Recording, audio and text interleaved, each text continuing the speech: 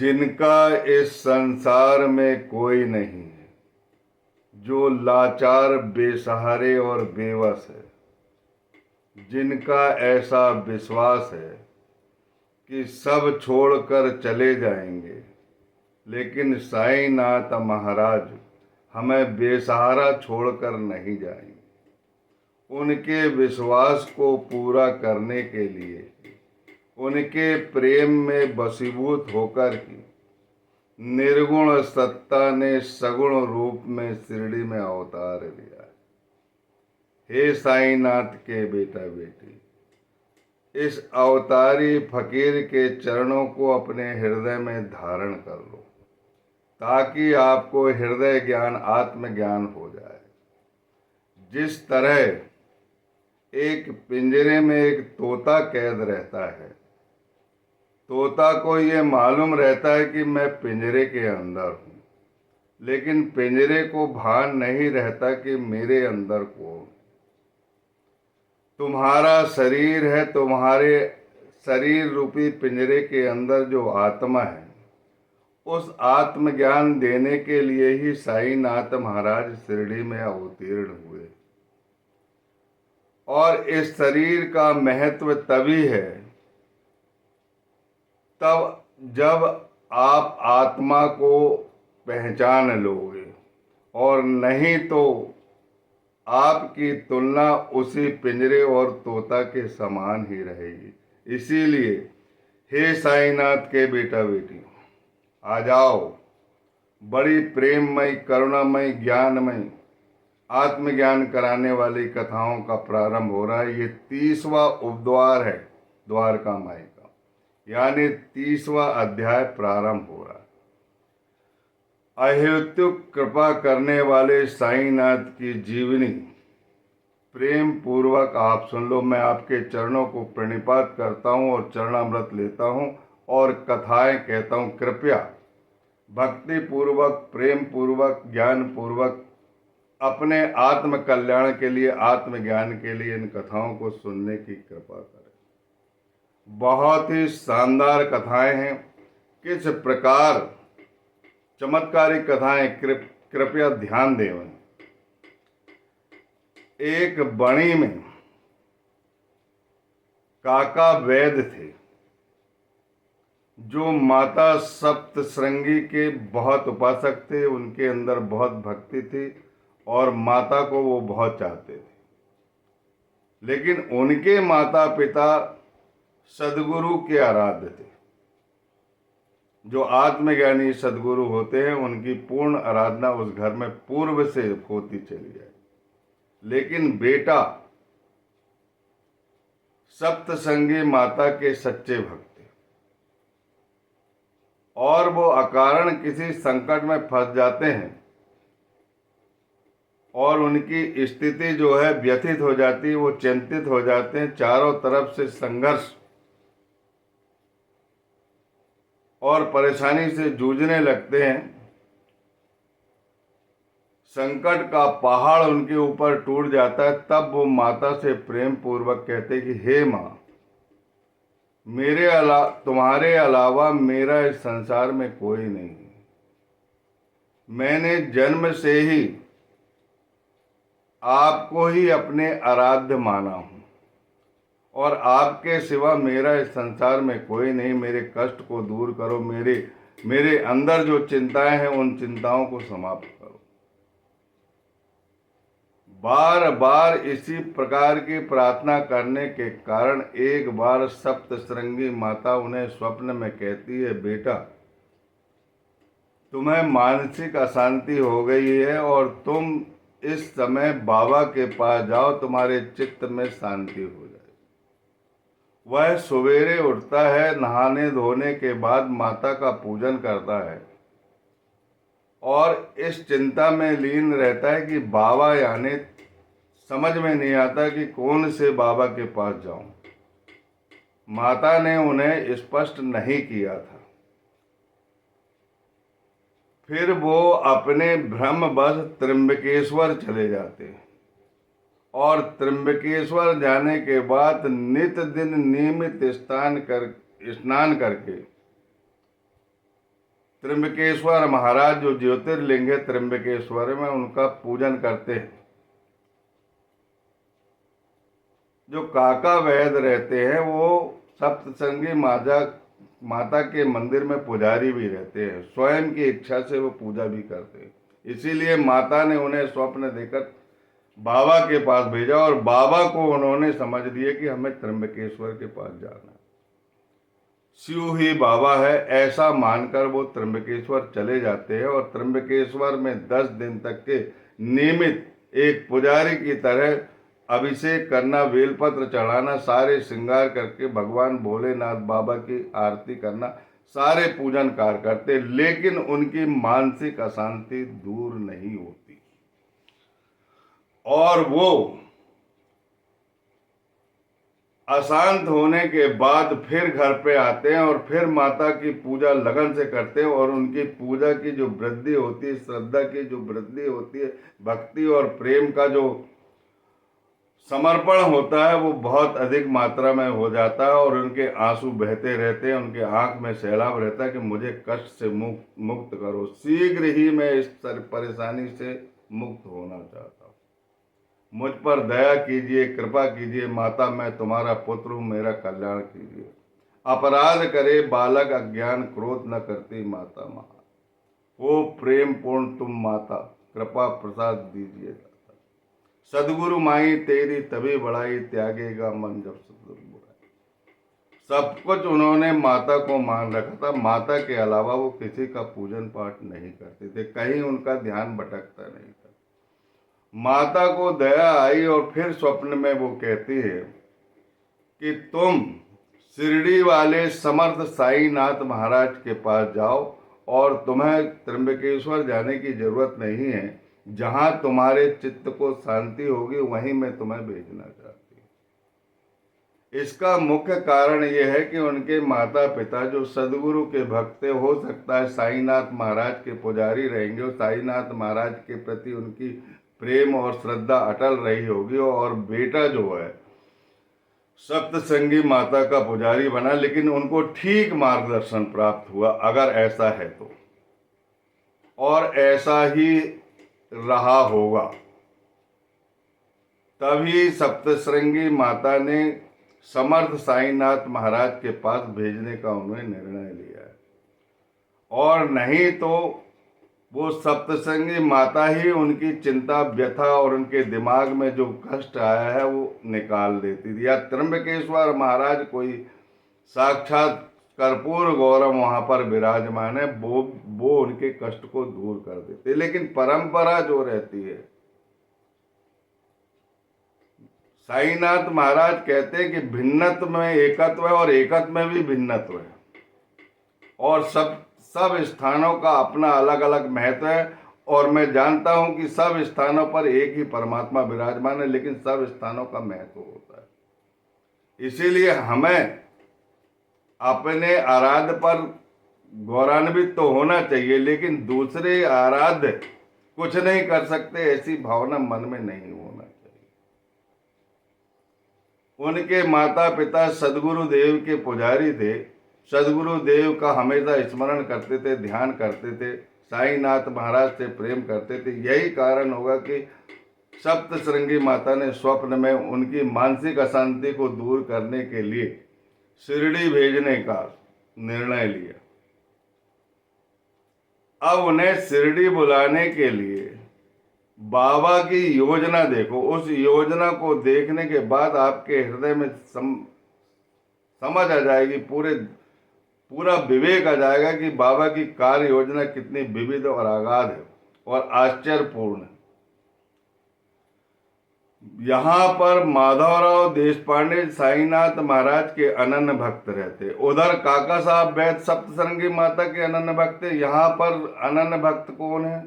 माधवराव देशपांडे, जिसे साईनाथ महाराज ने, जिसके शरीर में एक विषैले नाग का जहर फैलने नहीं दिया था, इतना चाहते थे।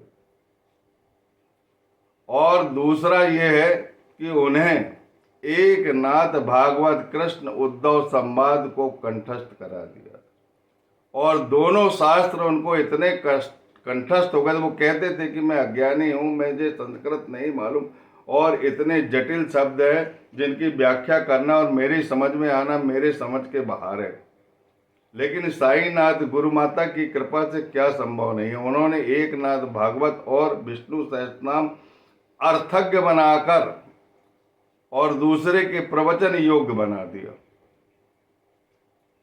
वो सामा जो है वो साईनाथ महाराज के अनन्य भक्त और बणी में काका वैद सप्तसंगी माता के अनन्य भक्त। अब बाबा क्या करते हैं, वैद काका वैद को शिरडी बुलाने के लिए, ताकि शिरडी और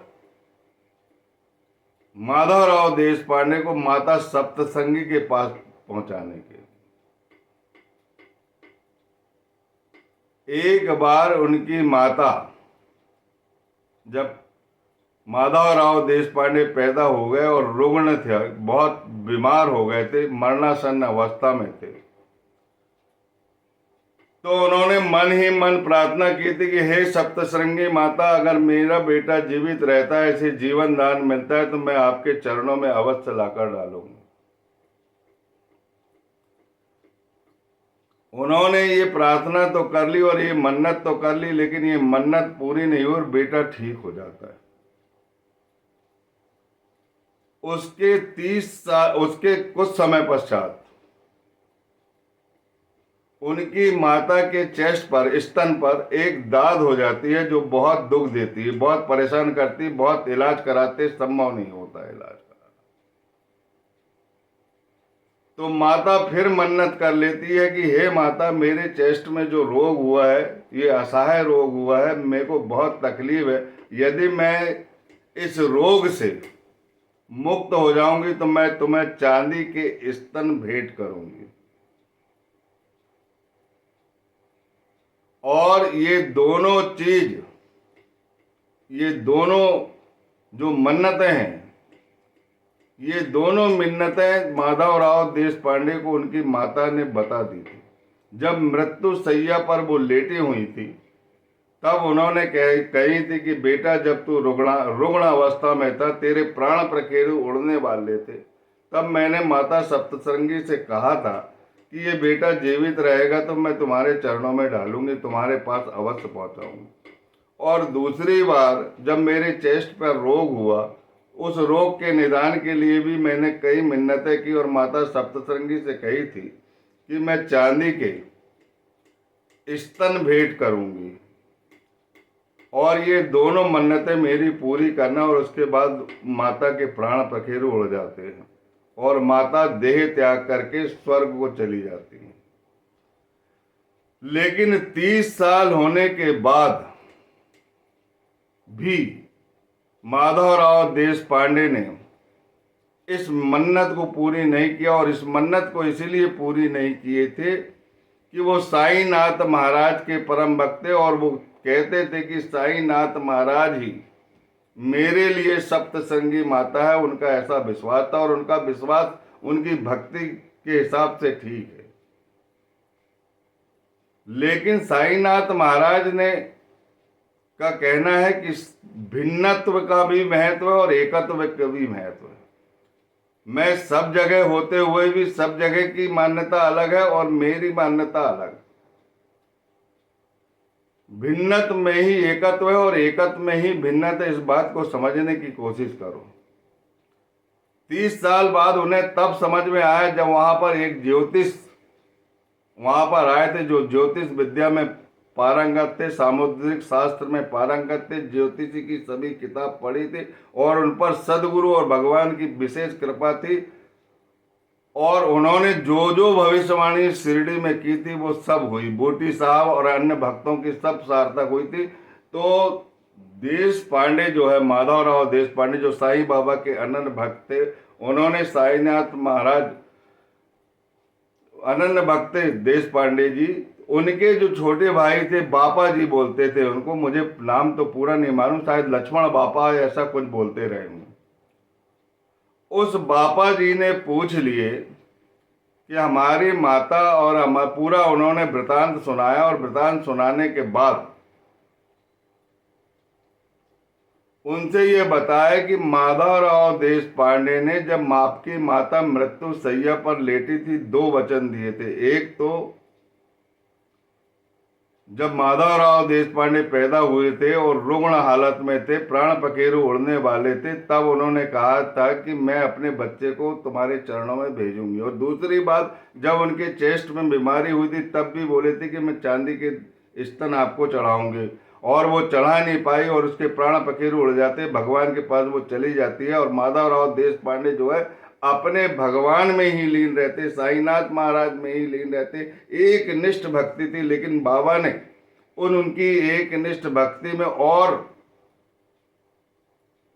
विश्वास बढ़ाने के लिए, समझाने के लिए उन्हें आत्मज्ञान दिया कि सब जगह मैं हूं और यहां भी मैं हूं। भिन्नत्व में भी महत्व है और एकत्व में भी महत्व है। जो माता ने कहा है उसे पूरा करो, इसीलिए इस कष्ट से मुक्त हो जाओ। तो यहां से उनका प्लान हो जाता है जाने के लिए बड़ी, और बड़ी जाते हैं और पूछते पूछते पुजारी के पास पहुंच जाते। काका वैद्य को यहां आना था और माधवराव देश पांडे को वहां जाना था सप्तसृंगी चरणों में। माने काका वैद्य को बाबा के चरणों में शांति मिलने वाली थी, और माधवराव देश पांडे को सप्तसृंगी माता के चरणों में शांति मिलने वाली थी। दो मन्नतें पूरी होने वाली। और काका साहब, वो काका वैद्य जी जो है बणी के जो पुजारी थे सप्तसृंगी माता के, उनकी अशांति जो थी वो साईनाथ के चरणों में दूर होने वाली। तो बाबा की देखिए कितनी आश्चर्यजनक कार्य प्रणाली है, दोनों भक्तों को एक दूसरे के पास कैसे वो पहुंचाते। काका साहब वैद्य बड़े खुश होते, उनके आंख से अश्रु धारा बहने लगती, वहीं उनके अष्टभाव उदित हो जाते। इस आश्चर्यजनक कथा का प्रतिपादन जब होता है, जब इसका जो कथा जब समझ में आती, और वो दोनों बड़े प्रेम पूर्वक आते हैं और साईनाथ महाराज के पास काका साहब, काका वैद्य जो बणी के पुजारी है, वो जैसे ही दर्शन करते हैं, उनके चेहरे में, उनके हृदय में जो अशांति थी, जो व्यथा थी, जो वेदना थी, जो पीड़ा थी, जो दंश पीड़ा थी, जो आग सुलग रही थी, वो तुरंत शांत हो जाती और नैनों में अश्रु धारा बहने लगती। उस प्रकार बहने लगती जिस प्रकार भाई भरत जब राम से मिलते हैं और आंखों में अश्रु धारा भरते, उसी प्रकार उन्हें क्या नहीं मिल गया, उस तरह का आंख में सैलाब आ जाता है और अश्रु धारा बहाकर उनके चरणों का अभिषेक करते हैं और उनके मन को शांति मिल जाती है। इस प्रकार बाबा की हमारी कार्यप्रणाली, और उन्हें आशीर्वाद देते और उदी देते, और अपने ही कार्य में जो सेवा भाव वो कर रहे हैं उस सेवा भाव को ही करते रहने की वो आज्ञा देते हैं। माता की प्रसन्नता के कारण ही, तुम्हारे संकट दूर करने के कारण ही, तुम्हारी अशांति दूर करने के कारण ही उन्होंने मुझे, मेरे पास तुम्हें भेजा है। और मैंने अपने अभिन्न भक्त माधवराव देश पांडे की जो उनकी माता ने वचन दिए, वो वचन मैंने पूरा कराया। मेरे होते हुए किसी माता पिता के वचन की यदि विस्मृति हो जाती तो मैं बच्चे को याद दिलाकर उस कार्य को पूरा कराता हूँ। यह मेरी कार्य प्रणाली है। मैं ही इस सृष्टि का नियंत्रण करता हूँ, मैं ही संचालन करता हूँ, मैं ही सहार स्थिति सब मैं ही देखता हूँ। सर्वभूतों में भी व्याप्त हूँ, अनंतों में भी अनंत हूँ। मेरे सिवाय इस संसार में कोई नहीं है। जो सच्चे अंतःकरण से मेरे उपासक होते हैं, मैं उनके सभी कार्य पूर्ण करता हूँ। जो लाचार बेसहारे, जो भक्ति भी नहीं आती, उनका भी कल्याण करता हूँ, उनको भी उत्तम गति देता हूँ। बोलिए सच्चिदानंद सदगुरु साईनाथ महाराज की जय। ऐसे हैं अपने साईनाथ महाराज, इसे ही गुरु माता कहते हैं। कहाँ उन्हें अपने भक्तों का कल्याण करना है, कहाँ उन्हें उनको पहुंचाना है और किस तरह उन्हें संकट से निकालना है, वो साईनाथ की कार्य प्रणाली।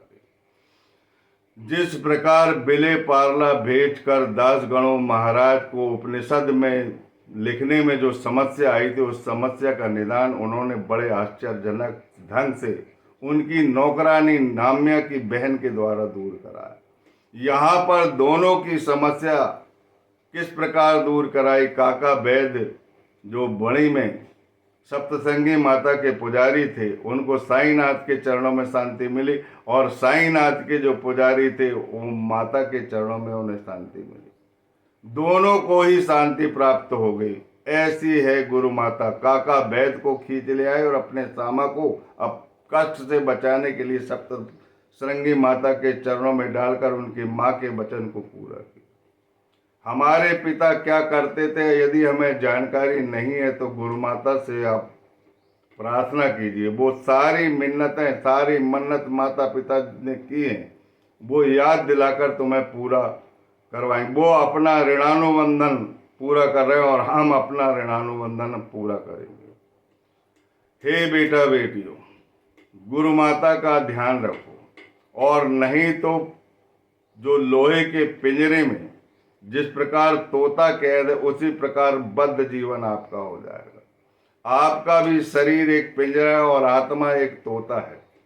उस तोता को जो अदृश्य है, उस तोता का ध्यान रखें, उसे जागृत रखें, अपने शरीर को उसी के निमित्त लगाए रखें। हम सदगुरु की आराधना इसलिए करते हैं कि वो जो हमारे हृदय में तोता के रूप में विराजमान है, जो हमें सारे कष्टों से बचाता है, उसका हम ध्यान रखें। हम साईनाथ महाराज से प्रार्थना करते हैं कि ये शरीर जो है रथ है, और स्वामी जो है आत्मा स्वामी है, श्री हरि है, और हमारी जो बुद्धि है, जो इस रथ की सारथी है, वो हम गुरु माता को बनाएंगे। यदि गुरु माता हमारी बुद्धि रूपी सारथी अगर गुरु माता है, तो लगाम रूपी मन जो है हमेशा टाइट रहेगी, और इंद्रिय रूपी घोड़े जो है वो अपने उद्दंडता नहीं करेंगे, आत्मा की ओर फोकस रहेंगे, अंतर्मुखी रहेंगे। इसे ही आत्मज्ञान कहते हैं, और आत्मज्ञान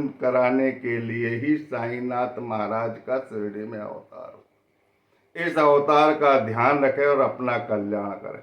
बोलिए सच्चिदानंद सद्गुरु साईनाथ महाराज की जय। इस अध्याय की अगली कथा हम इसके बाद सुनाएंगे खुशाल चंद की, और एक और भक्त है उनकी। उसके बाद यह अध्याय समाप्त करेंगे, और इससे हमें क्या शिक्षा मिली उसकी जानकारी मिलेंगे, और 31वें अध्याय में हम प्रवेश करेंगे। तब तक के लिए सभी बेटा बेटियों को ओम साई राम, और साईनाथ महाराज के चरणों में हमेशा हमेशा के लिए नतमस्तक होकर मैं ये प्रार्थना करता हूँ कि जो भी इन कथाओं को सुन रहे हैं, उनके पूर्व में जो भी गलती हो गई होगी, उनका स्मरण करा के, उस कार्य को पूर्ण करा के अपना वृहदहस्त देके उनके संकटों का निवारण करो और उनके जीवन को सुखमय बनाओ। बोलिए सच्चिदानंद सद्गुरु साईनाथ महाराज की जय।